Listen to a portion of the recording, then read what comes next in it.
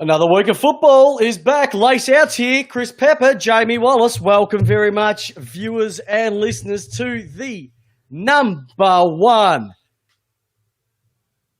AFL podcast, vodcast in the history of the world. Lace Out. It's been a massive week, Jamie. Welcome very much, co-host with the most. Thank you, Peps. How are you?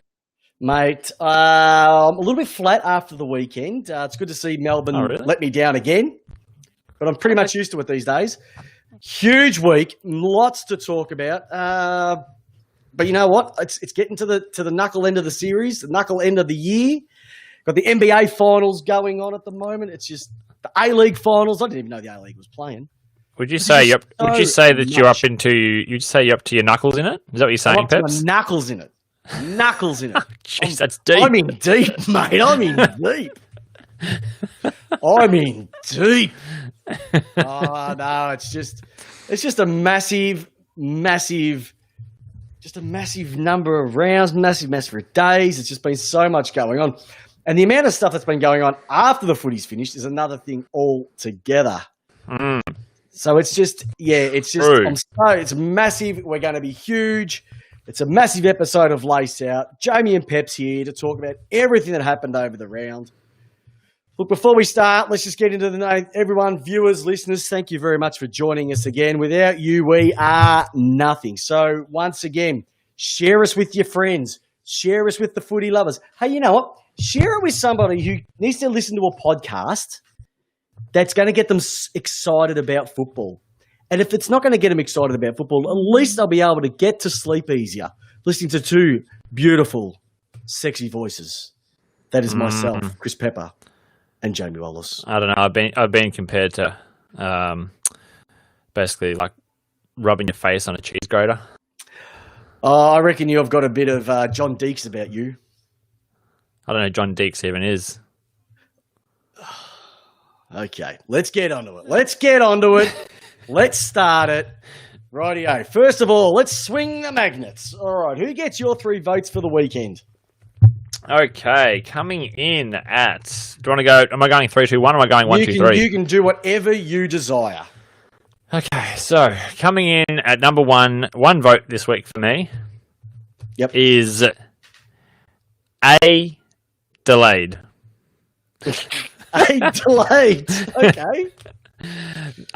You know what? They're probably not going to win a game this season, but the way they took it to Geelong was a good game. I mean, for a Sunday game, I actually enjoyed watching that one. So they get my 1 vote. Yep, nice. Great to hear. Geelong didn't play great, but Adelaide played above themselves, so that sort of, leveled the playing field a bit. Yep. Number 2 for my votes, and I'm probably going to steal... I might steal one of yours here. I'm not too sure. Number 2 is going to go to the Dreamtime in Darwin. Really? Sorry. Number 2 is D. Arwen. Really enjoyed that, the Dreamtime up there. And I think I do like the calls for it to be maybe a 1 in every 4 years sort of thing. Yeah, I like that. It's not a bad one. Being I don't know. The MCG is a bit metro. It's a bit cool. It's a bit big. We're having it sort of brought back to the communities and to the people up there. I really quite enjoyed that as a TV spectacle. Yep. Once again, it just sort of also promotes my opinion that grand finals should be done at night time as well. Just chuck that one in there for you. And the other one, number 3 for me. Number 3 votes for me is I'm going to go S. Goodwin, because if there's ever more of a Melbourne game on the weekend, was that Melbourne game that had all the hallmarks of a Melbourne team in the last 2 years. 3 years. Okay. Well, if you're going to do the good votes, I'm going to do the bad votes. And I'll tell you what, one of the things that they're on the radar for tonight. We'll get into them. Okay. So my one vote goes to Essendon supporters, who once again claimed that 2 dodgy free kicks cost them the game. It did. The only one I'm going with is the Tip and Woody one. Yep. All right. I'll wear that one. But the other one, no. Mind you, Dreamtime at the Rock was fantastic, and I agree wholeheartedly that they should play that game once every 4 years up there. It just had something magic about it. I think once every 2 years is probably too often. You know what would be a nice fit? Once every 3. So they go, both teams get it, and then it goes. I reckon that would be nice. I'd really like that. I reckon that would be fantastic. All right. So that's the first. The second one goes to Sydney. Sydney. Okay. For not turning up at all to Perth. What they dished up on the weekend was absolutely pitiful. 2 goals 7 against Fremantle. Now, I know Sydney are ravished right now when it comes to injuries. And I get that. And I wholeheartedly feel for them. But to serve up 2 goals 7 in an AFL environment is disgusting. And I would not want to be part of that training group this week because Noah Horse, he will flog the bejesus out of them. Yep. So my 2 votes goes to Sydney. 3 votes for me goes to Callum Ward. Callum Ward. And the reason why Callum Ward, and he got dragged because he's going to the bench again. The poor bloke has had knee reconstructions. He's had hamstring issues. He's had wrist issues. He's had chest cartilage issues. We've all had wrist issues, Pets. Well, yes, we have. But he comes back, and I don't know if you saw the footage of this. He hasn't just broken his finger. He has suffered a compound fracture of the finger, and it just looked ugly. Yep. And I just feel sorry for the poor bloke. But he gets the 3 votes because, yes, he's going to get dragged and he's going to spend more time on the sideline. So, C. Ward, 3 votes with an asterisk for who gets dragged this week. So, I'll tell you what, a lot to cover, a lot to talk about. I think we're going to start with one that you've already brought up, my friend, and let's have a chat about it right now. It was disaster strikes again. Do you know, every time you want to launch into this, do you know what I have in my mind, Peps? This is what I have playing every time. You know the movie Titanic, and then they all play that final song together, the band? You know, Gentlemen, it's been an honor and a privilege. I have that music every time you're about to launch into a Melbourne rant because it literally sounds like it's all going down. Like it's all the ship is going down, isn't it? Come on, Peps. Finally. So 30, 42 years, Peps, it's going down. Mate, 42, we're talking about 1964 was the last time we won a flag. I'm doing your life. Okay, my dad was 15. Mum was 14. Mum just had her 70th. Jesus Christ. One of the questions came up before I get back into the disaster. One of the questions off the Brent Thornton on the show just happened to say, "Did I miss the video this week?"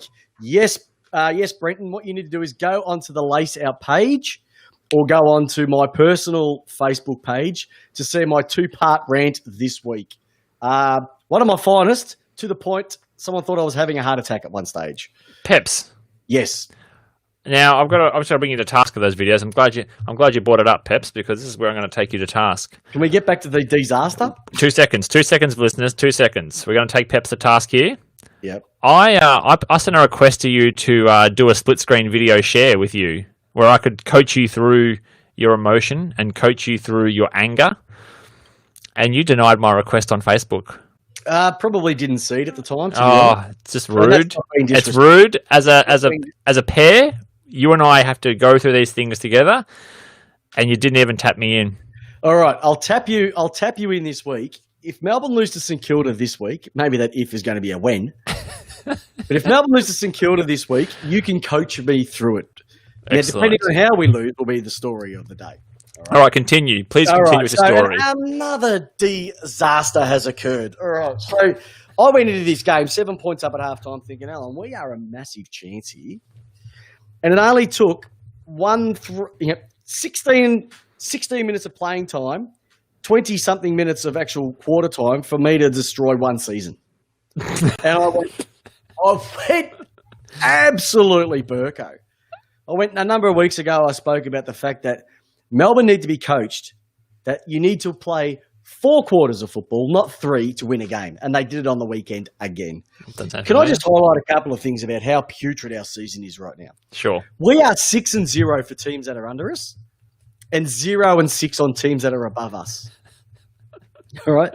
We continually fall over when we are the favourite. Here's some examples for you. Let's go back. Let's reminisce with me, listeners. Just reminisce with me. In 2017, we only had to beat Collingwood in the final round. Oh, best game.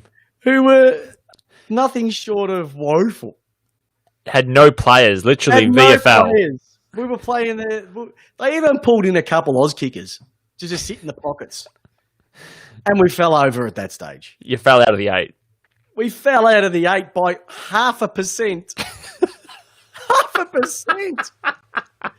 Like, I know Richmond finishing ninth is bad, but that just takes the cake. In 2019, 2 games stood out to me. The first one, we were playing okay football at that particular stage, and we came up against Essendon, who had done nothing all season. And we got pantsed. Absolutely pantsed. And the worst thing was, you know the guy who turned it on was, on that particular night? Anthony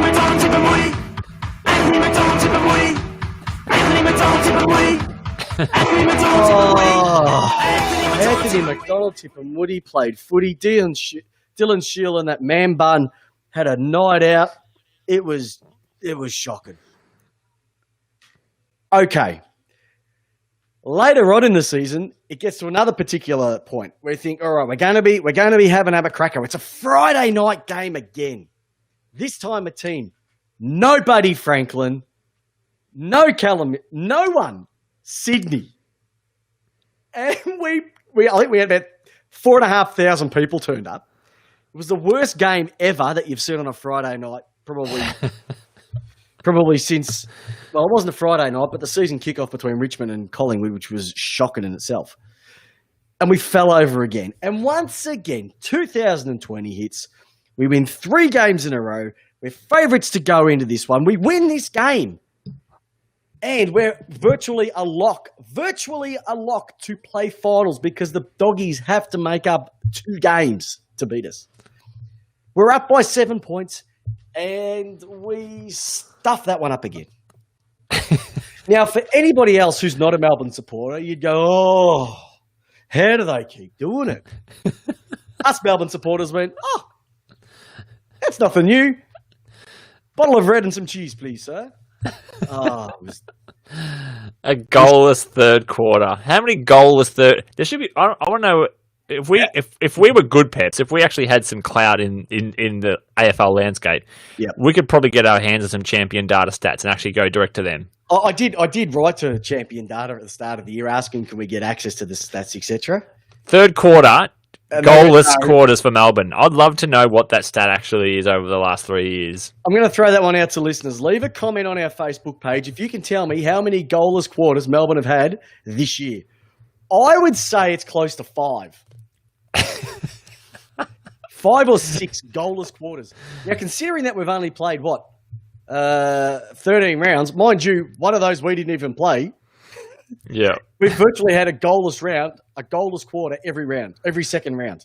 And the thing that stands out with Melbourne's goalless quarters is they always followed up by the other team kicking 5 or 6.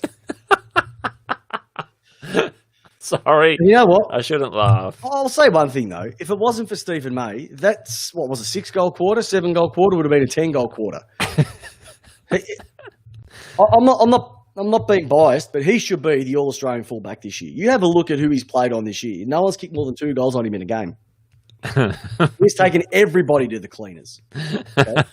Good old Chuka Moss wrote here, the better side won. No, they didn't. You just had one good quarter, which caused you to win. Yeah, no, they tore us apart, mate. Their run off the half-back line was awesome. Yeah, it was. Really, can't fault them whatsoever. They were pretty good. Yep. They just our midfield didn't run hard enough.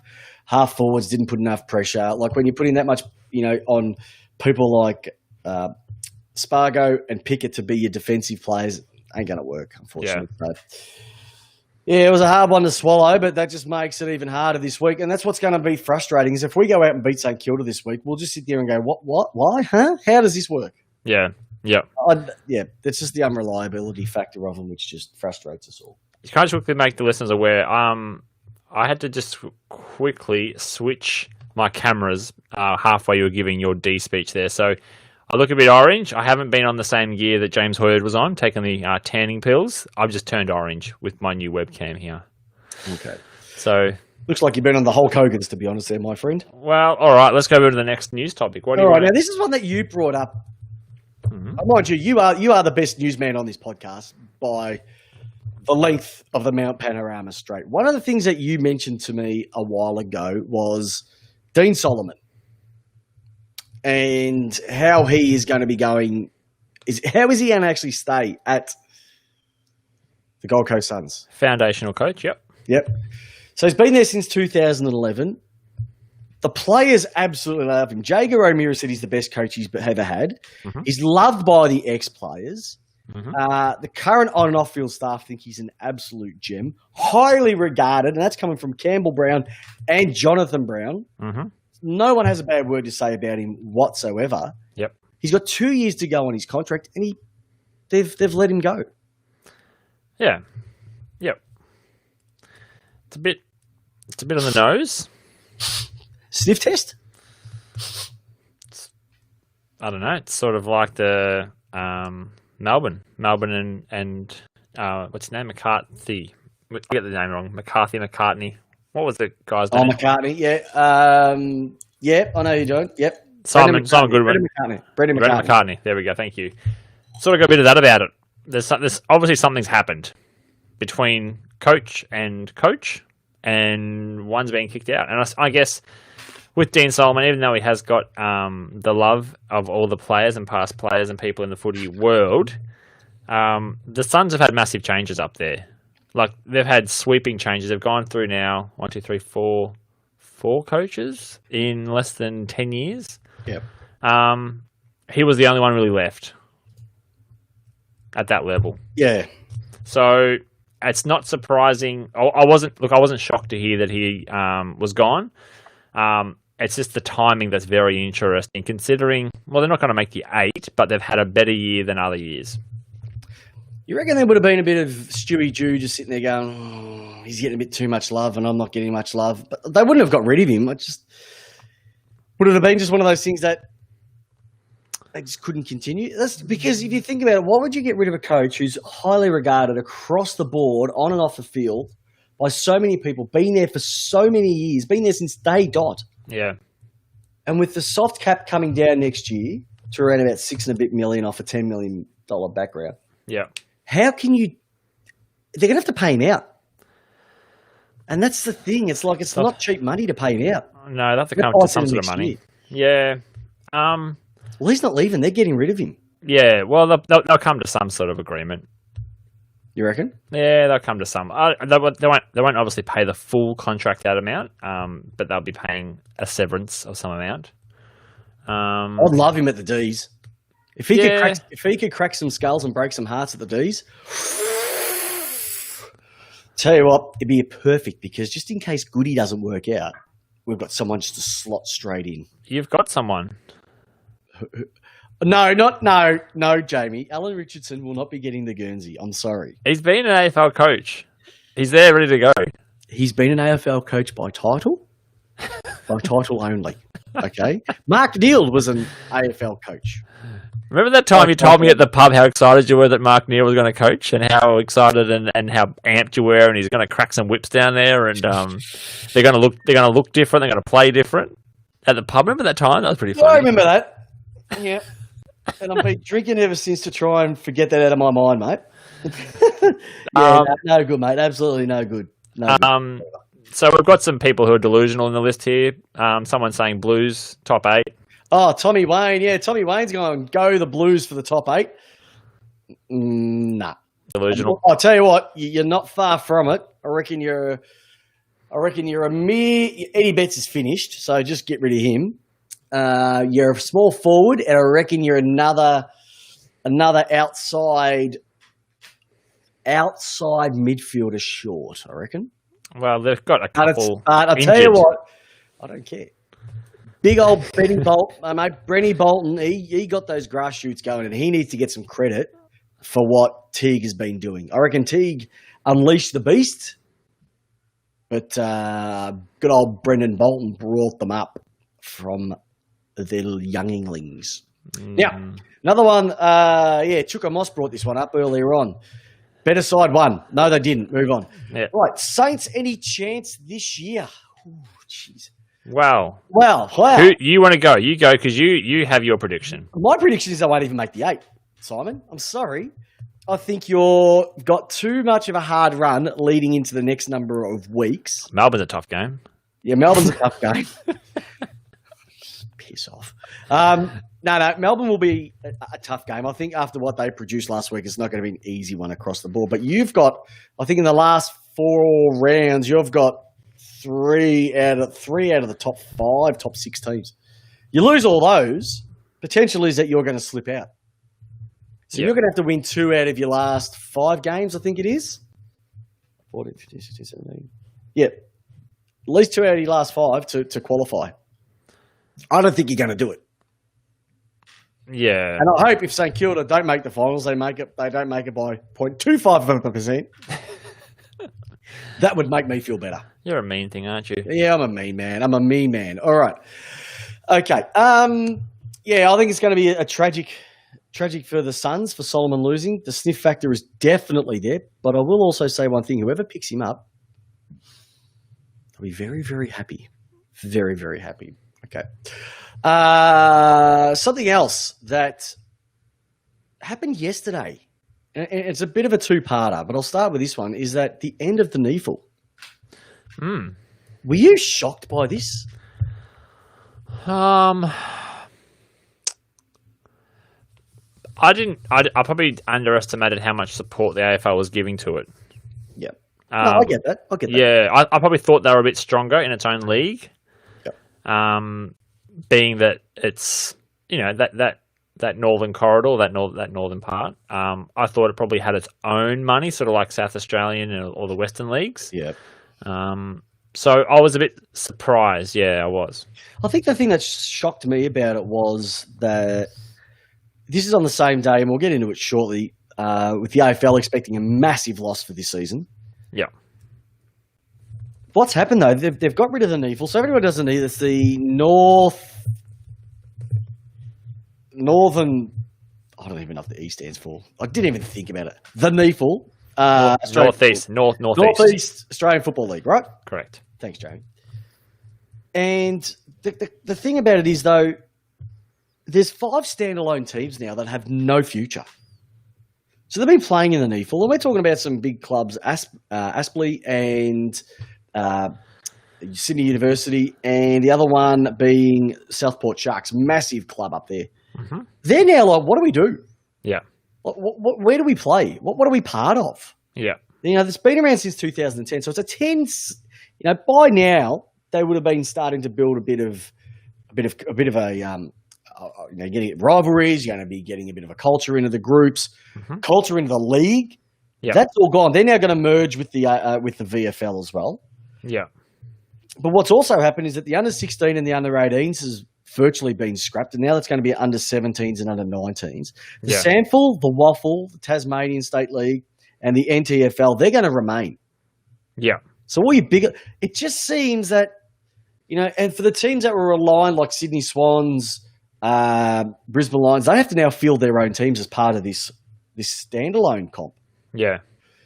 It was just another one of those that I just did not see coming whatsoever. And when I read, I went, because if you actually watch, they broadcast the games on Channel 31, and it's actually not a bad quality. It's not a bad standard of football to watch. Yeah. But it's just, that's a lot of people's livelihoods, a lot of people's making extra money. That's a lot of people's passion is now gone. Yeah. Yeah. Yeah. Maybe not as big as Fitzroy going all those years ago, but imagine if your club just didn't, you've got a home, but your suburb's been knocked down. Yeah. Where do we sit? And some of those clubs, you said Aspley, that was founded in 1964. So that's an old club in the AFL, in Australian Football League world, up in the northern states. So it's a big thing, and you've also got a couple of the current coaches, like Rhys Shaw. He did his apprenticeship in the NEFL as well too. Yeah. So he's done the right thing up there as well, and now it's just a shame. But this whole COVID thing. It's biting everybody. Absolutely everybody in more ways than one. It's hard. Yeah. It is really, really hard to sort of sit back and see what's going on with that as well too. Xavier Clark, Coach of the Year a couple of years ago. He played for St Kilda, went up there to the North Territory Thunder and absolutely killed it up there. Yeah. Yep. It's going to leave a big hole in football up there. They want to continually grow the game, but how can you do that if you don't have a league to support it? Yep. Yeah. Massive challenge, mate. But it has been getting smaller year on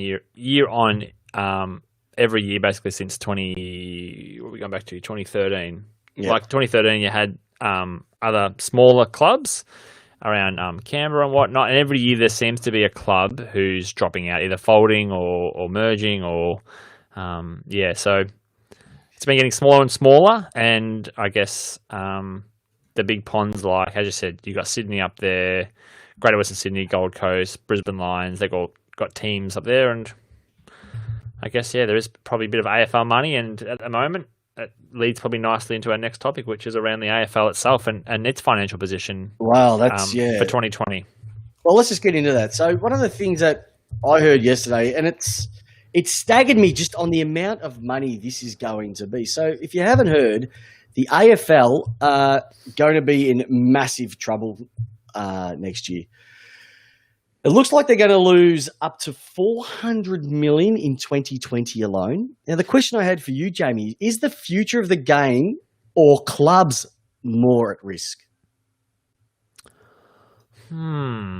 I think the game is strong enough to come out of it. I think AFL itself is strong enough to come out of it.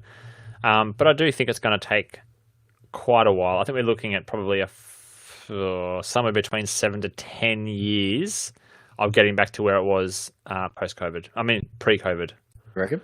Yep. I mean,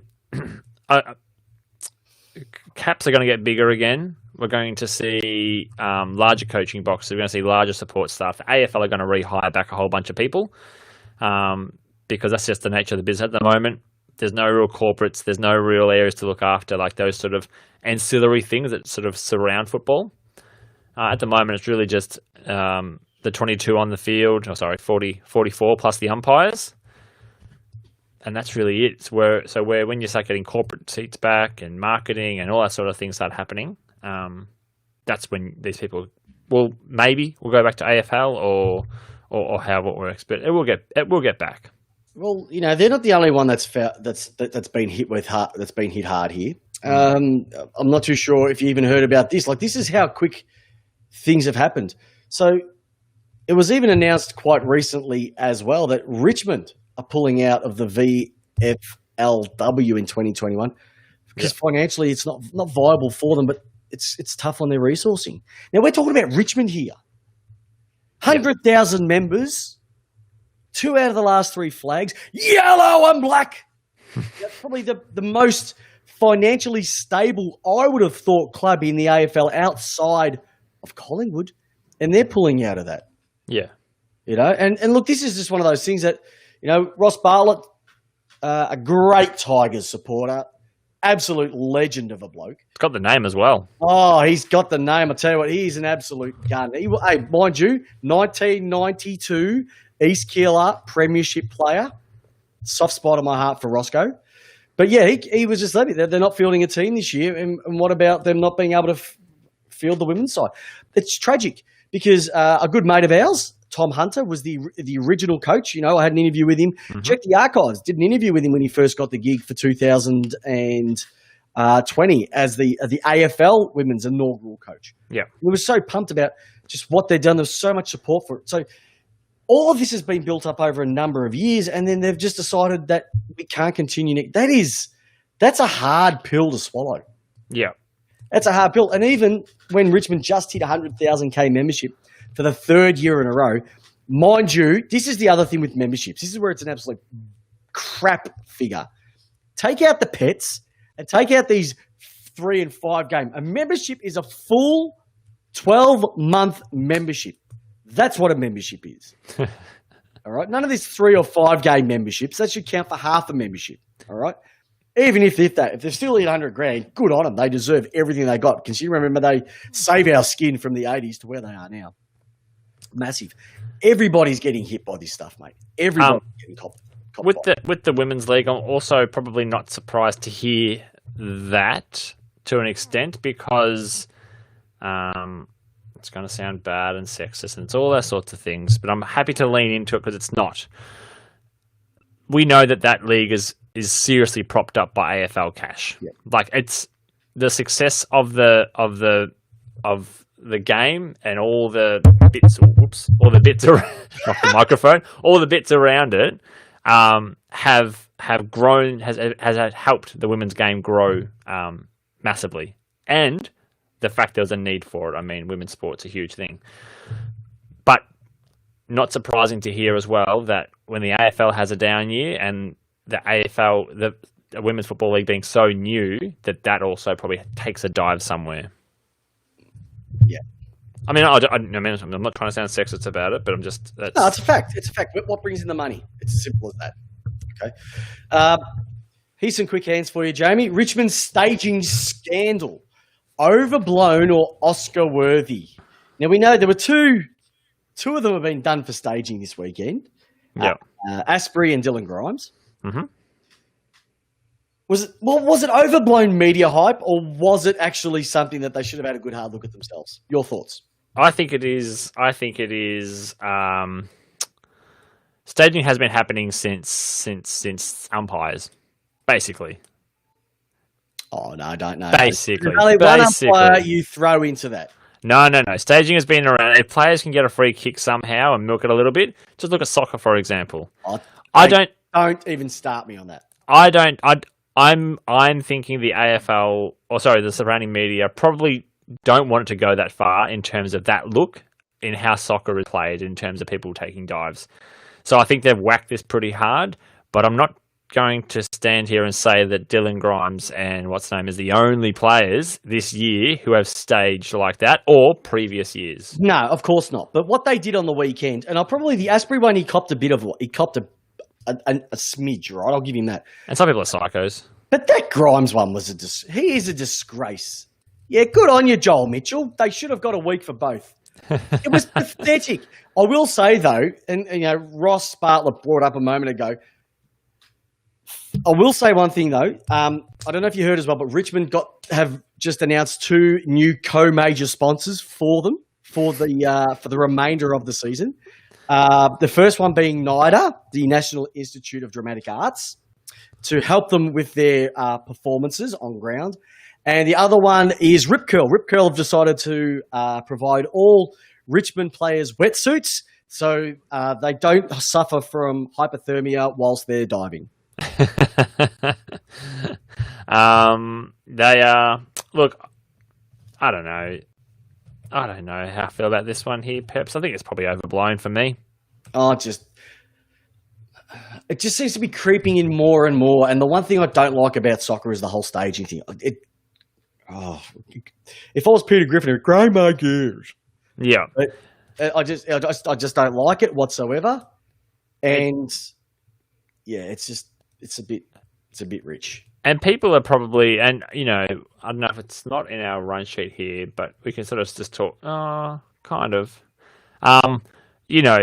It's gone to the point where people are like writing Dylan Grimes like full on, "I'm going to kill you" type messages. There's no place in that at all.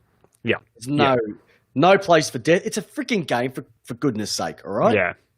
And I'm going to talk about whinges in a moment because something pricked my ears up over the weekend, and they sort of had a right for it. But I mentioned it earlier, but really frustrated me. I don't know, Peps. Do you get angry when you see Geelong drop their heads and get sucked into a free? If it's a legitimate coat hanger, yeah, he deserves it. But when I see this, the raising of the arm action, yeah, and therefore, it's not good enough because the tackle, you're allowed to tackle between virtually the hips and the shoulders, right? Yeah. Now, if I tackle you on the shoulder and you raise your arm and that's through the fault of the person being tackled, not the tackler themselves. Mm-hmm. It should be play on. So don't whinge. And for the AFL to let that go for so long, we know that they can change the rule of the week. Dropping the ball, holding the ball, that has gone from being you touch the thing, you're going to get caught. They've gone back to the old way, and it's slowed the game down again. Yeah. So I guess my point here is they got a free kick out of it they didn't deserve. Yep. Is that the end of it? I mean, we've dealt with the Geelong ducking, and we know they duck, they drop their knees, or they do a bit of a slide up, so it gets their neck. We've seen the diving in rule. We've seen, as I said, the holding the ball rule. Is this just a continuation of umpires being sucked into things and the general audience just over it? Look, mate, I'm a massive fan of Mark Neal's Karma Bus, all right? Mm-hmm. Or the Reality Bus, or the Karma Bus, I think he called it. They're going to go for a ride on the Karma Bus shortly. And there'd be nothing better in the last 10 seconds of a final for them to throw their head back. It was a legit one, and they don't get a free kick because of all the other stuff that they've been doing throughout the rest of the season. Yep. I know you should call it on the merits, but this is going to turn into a boy who cried wolf scenario. Yeah. And I can tell you now, they'll be the first ones to complain where they should come out and go, you did it here, you did it here, you did it here, you did it here. Mm-hmm. How are we supposed to know what's real and what's not anymore? If you do the right thing, the real stuff will come out at the end, not all this crap other stuff. Yeah. So, yeah, I don't have – mind you, though, this is the other thing that frustrates me. So, we've spoken about the tribunal and we've spoken about how they grade tackles. I don't know if you've heard this, Jamie, but as we have gone to air tonight, the tribunal has had a couple of results from the cases. Can you tell me how Luke Dalhouse has had his decision thrown completely in the bin? They've let him off. When about 3 weeks earlier, Alex Neil-Bullen did exactly the same thing, and the result was the guy got knocked out. I fear that. But it was exactly the same action. Yeah. Exactly the same. One arm pin, slinged him, smashed him to the ground. Yet because he didn't sustain an injury. I knew you were going to say that. I knew you were going to say about Alex Neil-Bullen. I knew it. He's the only one that everyone can remember because he copped 4 weeks for it. Yeah. Look, I'm not. I don't know why the Dalhouse one did. The Power Pepper one, yeah, I can sort of see that. So what you said here, the initially graded by match review officer Mike Christian as careless conduct with a high contact and medium impact. The tribunal found that Dalhouse's action to be careless conduct with contact to the body and medium impact, and he walked away with a $1,500 fine. Well, Joe Michael off the chat said it perfectly. Tribunal need to stop judging the result of a tackle and start judging the action itself. I agree with you wholeheartedly. All of you know exactly that's the way it should be, but they'll never do it because they don't want to rub out the... If I hear this one more time, this is the other thing. Oh, we shouldn't be rubbing out the champions of the game for these soft little things. Why?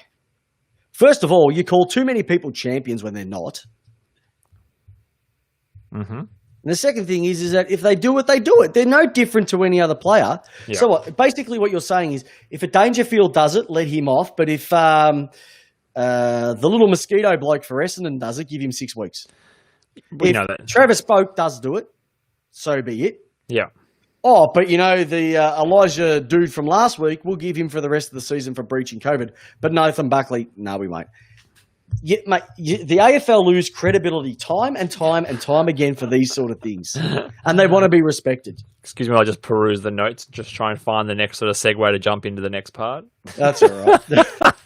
All right, I'm moving on. Oh, by the way, now, you reckon that I'm a whinger, but if I have to hear, I was on Facebook. I counted this on Facebook on the Friday night game last week. So ISO's going well for you then? No, it's not. Mate, remote learning for hey, listeners and viewers, if you're struggling through remote learning like I am at the moment, and my wife's doing most of it, drop us a message. Just we'll feel your pain. But if from the game last week, which night was it? Was the Saturday night Dreamtime game. Mm-hmm. I counted, and this is no joke, I sat there and went on Facebook. I counted 5,479 Essendon supporters complaining about those 2 free kicks that we spoke about earlier. The coincidence is that's 5,479 days since Essendon last won a final. And you're not going to keep winning them by whinging. You win games through the big sticks, not through your big lips. Well, yeah. Okay, we're talking about umpiring decisions. How do you feel about Hawthorn not being paid a free kick in the last half of the game against Port Adelaide? For what? Free kicks at all. Weren't paid a free kick in the last half of the football. Port got paid 14. I'll be honest, mate, I didn't watch it. Mm-hmm. That's okay. Mind you should have won by 5 goals. You just didn't kick straight. Just can't kick straight. That's saying though, what would they have to get some? I think I love was there any in the game that they actually deserved? No, I didn't watch it, so I can't make a judgment call. Look, it's the same stuff. I don't want to go down a rabbit hole. It's the same stuff. Dropping the ball, not disposing of it correctly, that sort of bullshit that gets called on these days. Picked up 1% of the other times. Yep. But I just found I love the poetic irony in Hawthorn people complaining about free kicks being paid against them when they've had probably the best run of the green for the last 10 years. Oh, they with Geelong as well. Yeah, no, they were disgusting. Now, I will bring this one thing up because it's our next little thing. So we're going to have a look at the ladder. So here's the round 13 ladder, looking at what we've got at the moment. So the big swing happened towards the top 8, bottom of the top 8. So the Doggies went in, Demons dropped out. So the question for you, looking at this now, if we go a bit of snakes and ladders, who goes up, who goes down? Who's your snakes and ladders for the remainder of the season? Before we just do snakes and ladders, kind of let's just quickly know that this is... I'll try and get this side. Oh, no, this side. That this is the longest an AFL team in Port Adelaide has ever been on top of the AFL ladder, ever. Fantastic. We are now going on how many months now, Peps? March, April, May, June, July, August. 6 months. No other team has ever done 6 months on top of the ladder before, ever. And you know what? Well done. I'm so proud of you guys because I know when finals come, you'll fall into a heap just like Brisbane will. Oh, not salty. Is it? Do you reckon Sam Stosur is going to play doubles this year? All right, snakes and ladders. Snakes and ladders. All right. So, Melbourne. Now, it's interesting. Melbourne, Carlton, GWS sitting on 24 with Essendon, Fremantle sitting on 22 and 20. So I would say that I think from Essendon down, Fremantle down or out, okay? Melbourne still have to play. Melbourne still have to play St Kilda. We still have to play GWS, Essendon, Fremantle, Sydney for the remainder of the season. Yeah. Now, going by what I said to you earlier in the episode, we've lost to every team above us except Collingwood, and we've beaten virtually every team below us. So going by that theory, we are going to make the 8. I still think St Kilda are going to fall out. the one I'm worrying about is Collingwood. Looking at what they've got for the remainder of the season is where it's going to get a bit tricky. They've got Carlton this week, which is nothing short of a toughie. Yep. The week after that, they've got Brisbane, so mark that down as a loss. Yep.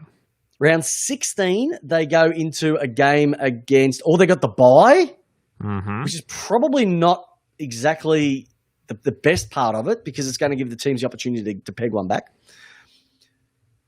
They then play Gold Coast. I'd probably give it to them at that particular stage. And in the last round, they're playing against your mob. Yeah. So they've got 4 losable games in that stretch. The Doggies, they're going to be in a similar spot. Beating Melbourne last week was perfect for them. They've got the Cats this week. They need to take that one. It's going to be a corker of a game. They've got the bye, so they lose a game there. Yeah. They then go into a game against the Eagles. Tough again. Yeah. They then go into Hawks. Should win that. And the last game being for the year for them against Fremantle at Perth. Oh, no, it's in New South Wales. So the thing that Melbourne have on their side is that they've got 5 actual games where the other teams have got 4. So they've got that chance to pinch one back. Yeah. But they need to pinch one in the next couple of weeks. So like I said, GWS.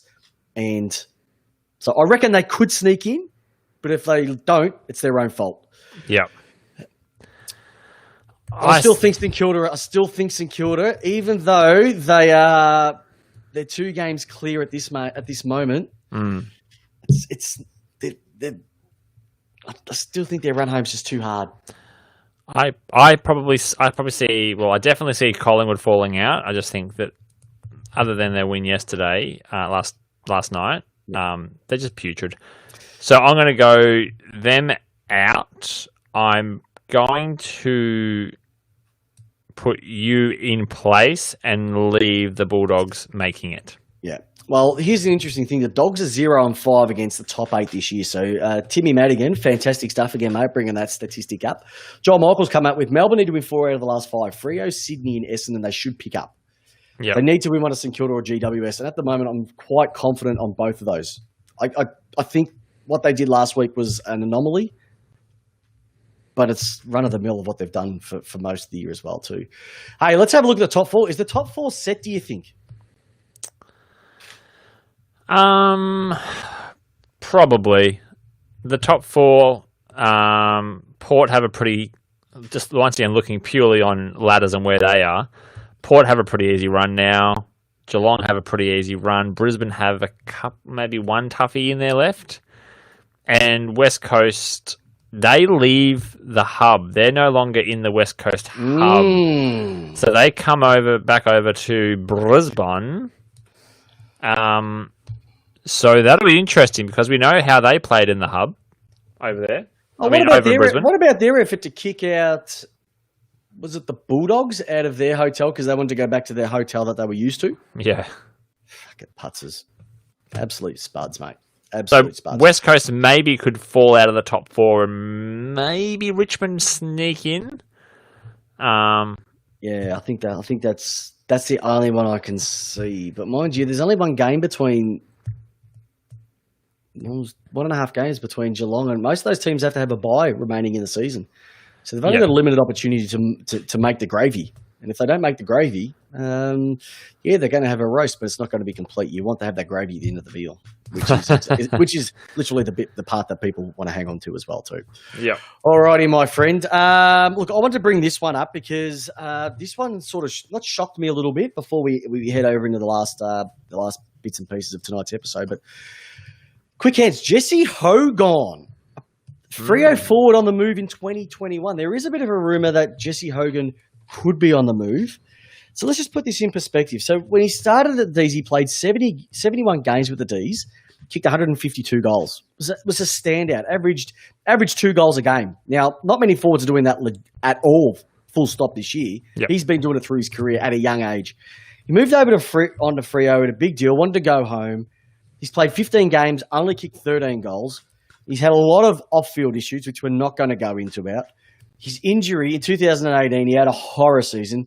He had testicular cancer. His father passed away, and then he caught the collarbone injury just before the finals against North. Yep. And then 2019, it was against Melbourne again, had his foot injury that's set him back all this time. They can't get him into the team. Apparently, he's not in their best 22. Yeah. They don't want to play him. They want to play him down back, which why bring a buyer forward if you can't get him in? There's one or two things that are going to happen, mate. He's either going to stay at Freo or not get a game. I can't see him going over to West Coast. West Coast might be a better structure for him because Kennedy's getting on last leg, so they'll free up a bit of cash there. Could you imagine Hogan Darling? It's got a bit of a ring to it. Yeah. I can't see him going back to a Melbourne club, and if he did go back to a Melbourne club, as a Melbourne supporter, I would have him back. Interesting. It's interesting. Could he not play again? Well, I just find the timing of what he's coming out and saying really interesting when Cam McCarthy just quit last week. Yesterday. What day are we? No. Thursday last week. He just quit. They played Saturday. last Saturday. So he quit, I think, on the Friday. Yeah, he just quit. So there is a spot there as that big target, that big forward target. The problem is, what team wants a power forward like that? Everyone wants a power forward like that. But he hasn't really played AFL football now for 2 seasons. 2 seasons, yeah. So, and we know he's got medical conditions. Yeah, and we're going to leave those alone because that's not our place to say. Correct. So, but you've got to look at it in terms of you're still paying for someone to work. You're employing someone. Yeah. If they can't do the job, then why would you pay for them to do it? Yeah, but you can't sack them though.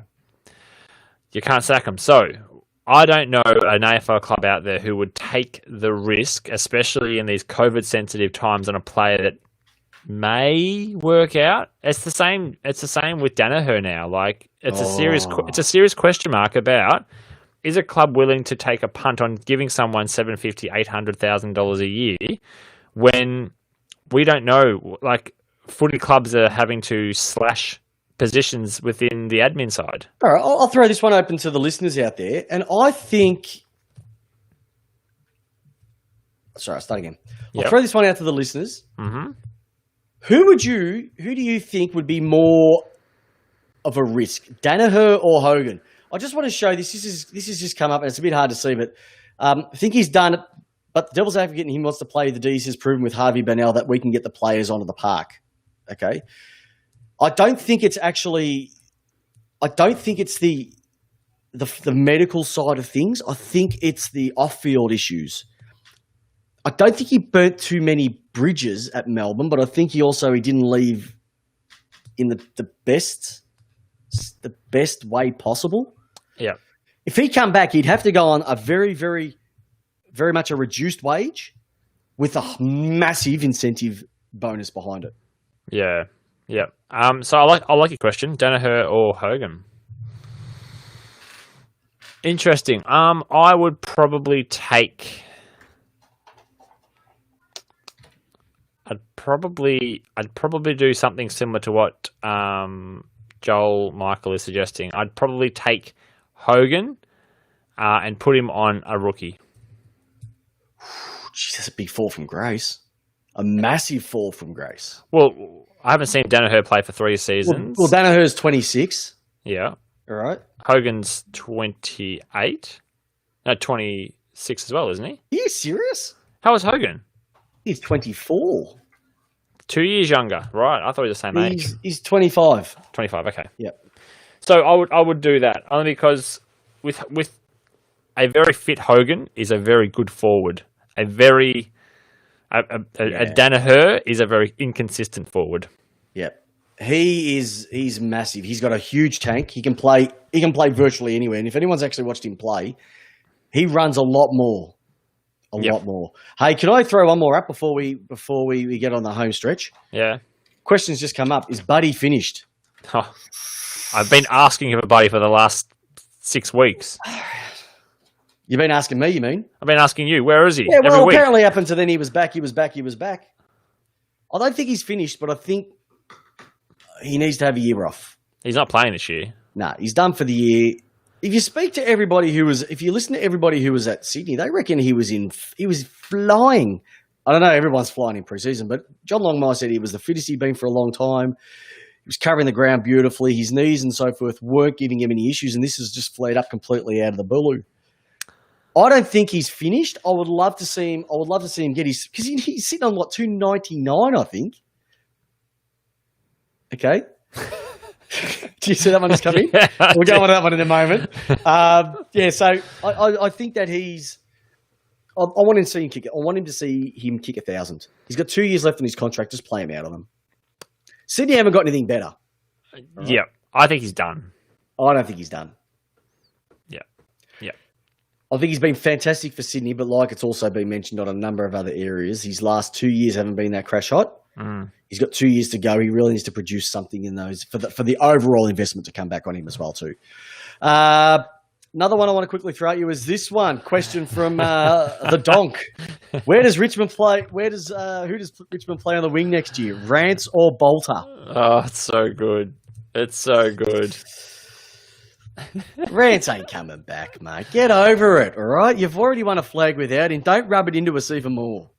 All right? We don't need another diver. They'll be sponsored by Quicksilver and Rip Curl next year if he plays. No, none. None? No, it's like no rants. No rants. No Rance, no Richmond. Jeez, how many times have I said that over the last couple of years, and that just threw me straight back in the face. Yeah. Hey, rightio. So, hey, J-Dog, you wouldn't believe it. That's the end of our show for tonight. Wow. Massive show. Hey, listen, for everybody who's listened to the great episode of Lace Out that we've produced for you tonight, thank you very much. Share it with your friends. Share it with your colleagues. Hey, you know what? Go and spam it to everybody, all right? And, hey, once again, get on iTunes and leave us a review. We would love for you to leave a review, because if you leave a review, more people get to see you and they get to hear us. And really, isn't that what it's all about? Also, just remember, in a couple of weeks' time, it is our 100th. I'll say that again, 100th episode of Lace Out. So stay tuned. That is going to be a belter. It's going to be the one that you want to tune in for, let me tell you. J-Dog, anything that you're looking forward to for this week's games? Any that have caught your eye, floating your boat, getting you excited in the loins? Well, no, but Peps, I did want to have one more thing. I don't know if we could time to just squeeze it in. Oh, we can squeeze it in, darling. How do you feel about Tex Walker coming to Port Adelaide? Go for it. That was one of the funniest Why segments not? last night. That was one of the best segments on Footy Classifieds.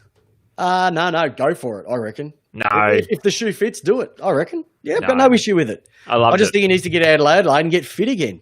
And grow the mo and get the mullet back.